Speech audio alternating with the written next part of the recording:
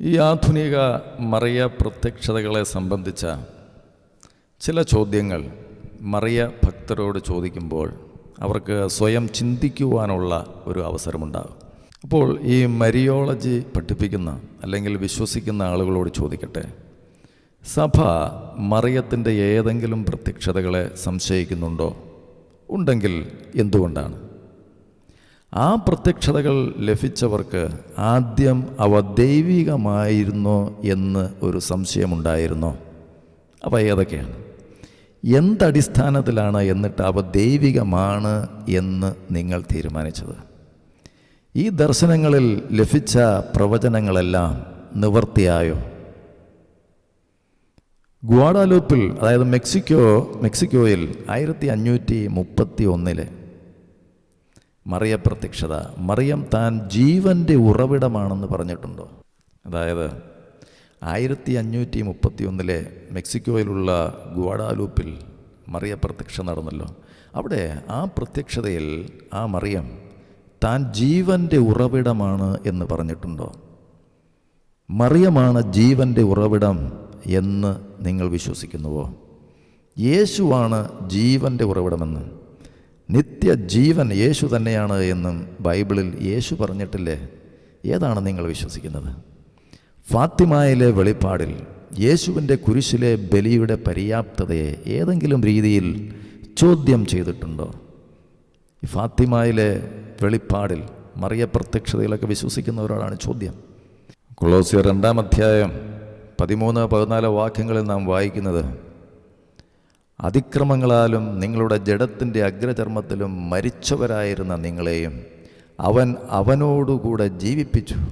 അതിക്രമങ്ങളെല്ലാം നമ്മോട് ക്ഷമിച്ച് ചട്ടങ്ങളാൽ നമുക്ക് വിരോധവും പ്രതികൂലവുമായിരുന്ന കയ്യെഴുത്ത് മായിച്ച് ക്രൂശിൽ തറച്ച് നടുവിൽ നിന്ന് നീക്കിക്കളഞ്ഞു. വാഴ്ചകളെയും അധികാരങ്ങളെയും ആയുധവർഗം വെപ്പിച്ച് ക്രൂശിൽ അവരുടെ മേൽ ജയോത്സവം കൊണ്ടാടി അവരെ പരസ്യമായ കാഴ്ചയാക്കി. അപ്പോൾ പരിപൂർണമായ വിടുതലും രക്ഷയും ക്രിസ്തുവിൽ നമുക്ക് സമ്പൂർണമായി ലഭിച്ചു കഴിഞ്ഞു. ശത്രുവിൻ്റെ മേലുള്ള ജയം ക്രിസ്തുവിലുള്ള വിശ്വാസത്താൽ നമുക്ക് ലഭിച്ചു. അവിടെ വേറൊരു മറിയത്തിൻ്റെയോ മധ്യസ്ഥയുടെയോ ആവശ്യമില്ല എന്ന് ദൈവത്തിൻ്റെ വചനം വ്യക്തമായിട്ട് പറയുന്നത് നിങ്ങൾ വിശ്വസിക്കുന്നില്ലേ? അപ്പോൾ മറിയത്തിൽ നിന്നുള്ള കൃപകൾ സ്വീകരിക്കുവാൻ വിസമ്മതിക്കുന്നവർ തള്ളപ്പെടുമെന്നും ശിക്ഷിക്കപ്പെടുമെന്നും ഗരബന്താൾ ദർശനത്തിൽ പറഞ്ഞിട്ടില്ലേ? ഇത് സത്യവിരുദ്ധമല്ലേ? അവയുടെയൊക്കെ ഫലമായി ജനങ്ങൾക്ക് യേശുവിനോടുള്ള ബന്ധം കുറയുന്നു എന്നുള്ളത് വാസ്തവമല്ലേ? സത്യത്തിൽ മനുഷ്യൻ്റെ രക്ഷയ്ക്കും വിടുതലിനും ആത്മീയമായ ജയോത്സവമായ ജീവിതത്തിനുമൊക്കെ ക്രിസ്തുവിലുള്ള വിശ്വാസവും അനുസരണവും ആവശ്യമായി നിൽക്കുമ്പോൾ അതിൽ നിന്നും ആളുകളെ മാറ്റിക്കളയുന്ന മറ്റൊരു ആത്മാവല്ലേ ഇതെന്ന് നിങ്ങൾക്ക് മനസ്സിലാക്കുവാൻ കഴിയാത്തത് എന്താണ്? പുതുയുഗവാദികളുടെ നിഗൂഢ ആത്മീയ അനുഭവങ്ങളും റോമാ മതത്തിലെ മറിയത്തിൻ്റെ പ്രത്യക്ഷീകരണങ്ങളും സംബന്ധിച്ച നിഗൂഢ ആത്മീയ അനുഭവങ്ങളും തമ്മിൽ സാമ്യമുണ്ടോ എന്ന് നാം ചിന്തിക്കണം. അവിശ്വാസികൾ, അക്രൈസ്തവരായ ആളുകൾക്കും ഇത്തരം പ്രത്യക്ഷതകളും അനുഭവങ്ങളുമൊക്കെ ഉണ്ടാകുന്നുണ്ടല്ലോ. അവയെല്ലാം ജനങ്ങളെ ഒരു മറിയത്തിലൂടെ ഒരു യേശുവിലേക്ക് നയിക്കാൻ ലക്ഷ്യമിടുന്നതല്ലേ? അപ്പോൾ ഇതെല്ലാം ക്രൈസ്തവ സഭയിലുള്ള ജനങ്ങളെ തെറ്റിദ്ധരിപ്പിച്ച് ബൈബിളിലില്ലാത്ത ഒരു മറിയത്തിലൂടെ ബൈബിളിലില്ലാത്ത മറ്റൊരു യേശുവിലേക്ക് നയിക്കാൻ, അങ്ങനെ നശിപ്പിച്ച് കളയുവാൻ ലക്ഷ്യമിടുന്നതല്ലേ എന്ന് നിങ്ങൾ ചിന്തിക്കുന്നില്ലേ? ആ യേശു ബൈബിളിലെ യേശുവല്ല എന്നും ആ മറിയം ബൈബിളിലെ മറിയമല്ല എന്നും നിങ്ങൾക്ക് മനസ്സിലാകുന്നുണ്ടോ? സാത്താന് വെളിച്ചത്തിൻ്റെ ദൂതനെ പോലെ വരാൻ കഴിയുമെന്ന് വ്യക്തമാക്കുന്ന വചനഭാഗം എഫേസ്യ ലേഖനത്തിലും 2 കൊറിന്ത്യ ലേഖനത്തിലുമുണ്ട്. അത് നിങ്ങൾ വായിച്ചിട്ടുണ്ടോ? 2 കൊറിന്ത്യ ലേഖനം 11-ാം അധ്യായം 13 മുതലുള്ള വാക്യങ്ങൾ നാം ഇങ്ങനെ കാണുന്നു, ഇങ്ങനെയുള്ളവർ കള്ള അപ്പസ്തോലന്മാർ, കപട വേലക്കാർ, ക്രിസ്തുവിൻ്റെ അപ്പസ്തോലന്മാരുടെ വേഷം ധരിക്കുന്നവരാകുന്നു. അത് ആശ്ചര്യവുമല്ല, സാത്താൻ തന്നെയും വെളിച്ചദൂതൻ്റെ വേഷം ധരിക്കുന്നുവല്ലോ. ആകയാൽ അവൻ്റെ ശുശ്രൂഷക്കാർ, അതായത് സാത്താൻ്റെ ശുശ്രൂഷക്കാർ നീതിയുടെ ശുശ്രൂഷക്കാരുടെ വേഷം ധരിച്ചാൽ അതിശയമില്ല. അവരുടെ അവസാനം അവരുടെ പ്രവർത്തികൾക്ക് ഒത്തതായിരിക്കും. അപ്പോൾ സാത്താൻ തന്നെ വെളിച്ചദൂതൻ്റെ വേഷം ധരിച്ചു വന്ന് വിശ്വാസികളെ വഴിതെറ്റിക്കും എന്ന് വളരെ വ്യക്തമായി ദൈവത്തിൻ്റെ വചനത്തിൽ എഴുതിയിട്ടുണ്ട്. അതൊക്കെയല്ലേ വാസ്തവത്തിൽ ഇവിടെ സംഭവിക്കുന്നത് എന്ന് നിങ്ങൾ ചിന്തിക്കണം. എഫേസ്യ ലേഖനം 6-ാം അധ്യായത്തിൽ അതിൻ്റെ 12-ാമത്തെ വാക്യം നമുക്ക് വായിക്കാം. നമുക്ക് പോരാട്ടമുള്ളത് ജഡരക്തങ്ങളോടല്ല, വാഴ്ചകളോടും അധികാരങ്ങളോടും ഈ അന്ധകാരത്തിൻ്റെ ലോകാധിപതികളോടും സ്വർലോകങ്ങളിലെ ദുഷ്ടാത്മസേനകളോടുമത്രേ. അപ്പോൾ വാസ്തവത്തിൽ നമ്മുടെ ആത്മീയ ജീവിതത്തിൽ നമുക്കുണ്ടാകുന്ന പോരാട്ടം, യുദ്ധമെന്ന് പറയുന്നത് ജഡികമായ ശക്തികളോടല്ല, അതിൻ്റെ പിന്നിൽ പ്രവർത്തിക്കുന്ന ആത്മീയ ശക്തികളോടാണ്. അതുകൊണ്ടാണ് വചനത്തിൽ പറയുന്നത് നമ്മുടെ പോരിൻ്റെ ആയുധങ്ങളും ജഡികമല്ല. അപ്പോൾ പോര് ജഡശക്തികളോടല്ല, ദുഷ്ടാത്മ ശക്തികളോടായതുകൊണ്ട് നമ്മുടെ പോരിൻ്റെ ആയുധങ്ങളും ജഡികങ്ങളല്ല, പരിശുദ്ധാത്മാവിലുള്ളതായിരിക്കണം, വചനത്താലുള്ളതായിരിക്കണം എന്നാണ് ദൈവവചനം വ്യക്തമായിട്ട് പറയുന്നത്. എഫേസ്യ ലേഖനം 2-ാം അധ്യായം അതിൻ്റെ 2-ാമത്തെ വാക്യം പറയുന്നു, അതിക്രമങ്ങളാലും പാപങ്ങളാലും മരിച്ചവരായിരുന്ന നിങ്ങളെയും അവൻ ഉയർപ്പിച്ചു. അവയിൽ നിങ്ങൾ മുമ്പേ ഈ ലോകത്തിൻ്റെ കാലഗതിയെയും ആകാശത്തിലെ അധികാരത്തിനും അനുസരണക്കേടിൻ്റെ മക്കളിൽ ഇപ്പോൾ വ്യാപരിക്കുന്ന ആത്മാവിനും അധിപതിയായവനെയും അനുസരിച്ച് നടന്നു. അപ്പോൾ സാത്താനെ അനുസരിച്ച് നടന്നു. പിന്നീട് താഴോട്ട് നമ്മൾ വായിച്ചു വരുമ്പോൾ അതിൻ്റെ 6-7 വാക്യങ്ങളിൽ നമ്മൾ എന്താണ് കാണുന്നത്? കരുണാസമ്പന്നനായ ദൈവം നമ്മെ ക്രിസ്തുവിനോടുകൂടെ ജീവിപ്പിക്കുകയും നമ്മെ അവനോടുകൂടെ ഉയർത്തെഴുന്നേൽപ്പിച്ച് സ്വർഗത്തിലിരുത്തുകയും ചെയ്തിരിക്കുന്നു. അപ്പോൾ ദൈവം നമുക്ക് വേണ്ടി ക്രിസ്തുവിൽ വൻ കാര്യങ്ങളെ ചെയ്തിരിക്കുന്നു.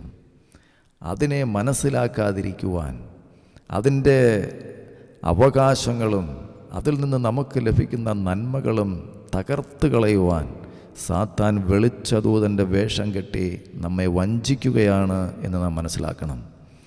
ക്രിസ്തുവിൻ്റെ ശരീരമായ സഭയെ ക്രിസ്തുവാകുന്ന തലയോട് ബന്ധിപ്പിക്കുന്ന കഴുത്താണ് മറിയം എന്നൊക്കെയുള്ള വാദങ്ങൾക്ക് ബൈബിളിൽ എന്തെങ്കിലും പ്രസക്തിയും അടിസ്ഥാനവുമുണ്ടോ? എന്തുകൊണ്ടാണ് ഇങ്ങനെയൊക്കെ ഓരോ തത്വങ്ങളുണ്ടാക്കി സാധാരണ വിശ്വാസികളെ വഴിതെറ്റിക്കുന്ന രീതിയിൽ തത്വങ്ങളുണ്ടാക്കി സഭയെ അലങ്കോലമാക്കുന്നത്? എന്നിട്ട് സത്യസഭ അത് മാത്രമാണ് എന്ന് പറയുന്നത്? ഇതൊക്കെ ശരിയായ കാര്യമാണ് സഹോദരങ്ങളെ. ദൈവത്തിൻ്റെ ഹൃദയത്തിലേക്കുള്ള താക്കോൽ മറിയത്തിൻ്റെ കൈവശമാണെന്നും മറിയം യേശുവിനേക്കാൾ കൂടുതൽ സാമീപ്യനാണെന്നും ഒക്കെയുള്ള ഇല്ലാത്ത കാര്യങ്ങൾ മറിയത്തെപ്പറ്റി ഉണ്ടാക്കി പറയുന്നില്ലേ? അങ്ങനെ കൃപയുടെ ഏറ്റവും ഉന്നത ദാതാവ് യേശുവിന് പകരം മറിയമായി തീർന്നില്ലേ?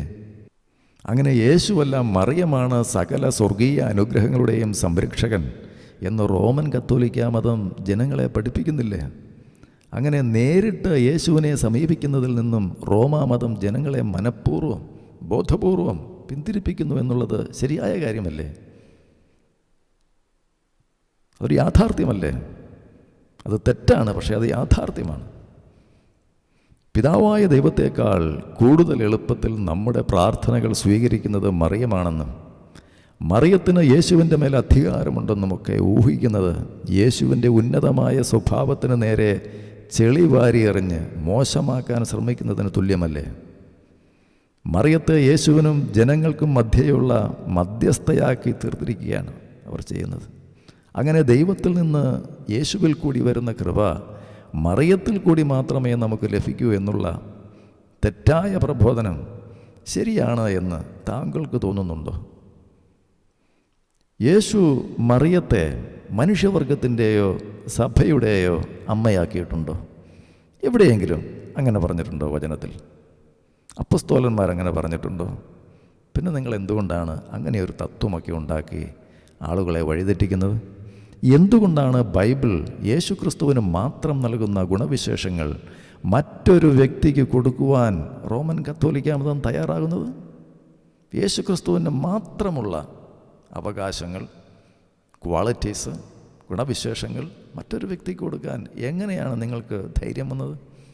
ക്രൂശിതനായ യേശു ക്രിസ്തുവിനെക്കുറിച്ചല്ലാതെ മറ്റൊന്നിനെക്കുറിച്ചും അറിയേണ്ടതില്ല എന്ന് തീരുമാനിച്ച പൗലോസിൻ്റെ ചിന്താഗതി എന്തുകൊണ്ടാണ് ഇപ്രകാരം റോമൻ കത്തോലിക്കാ മതം അംഗീകരിക്കാത്തത്? എന്തുകൊണ്ടാണ് പൗലോസിൻ്റെ ആ സത്യപ്രസ്താവനയെ നിങ്ങൾ എതിർക്കുന്നത്?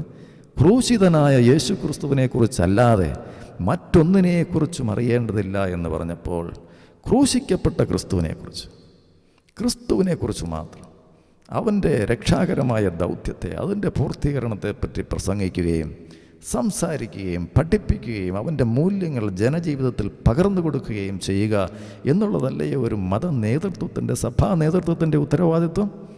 അതിൽ നിന്നും മാറി ക്രിസ്തുവിൽ നിന്നും ജനത്തെ മാറ്റിക്കളയുന്ന ഇത്തരം ആത്മീയ ശക്തികൾക്ക് കീഴടങ്ങുന്നതാണോ വാസ്തവത്തിൽ ഒരു സഭാ നേതൃത്വം ചെയ്യേണ്ടത്? അപ്പോൾ പരസ്പര വിരുദ്ധങ്ങളായ രണ്ട് ചിന്താഗതികൾ രണ്ടും ഒരിക്കലും ഒരേ സമയം ശരിയായിരിക്കുകയില്ല.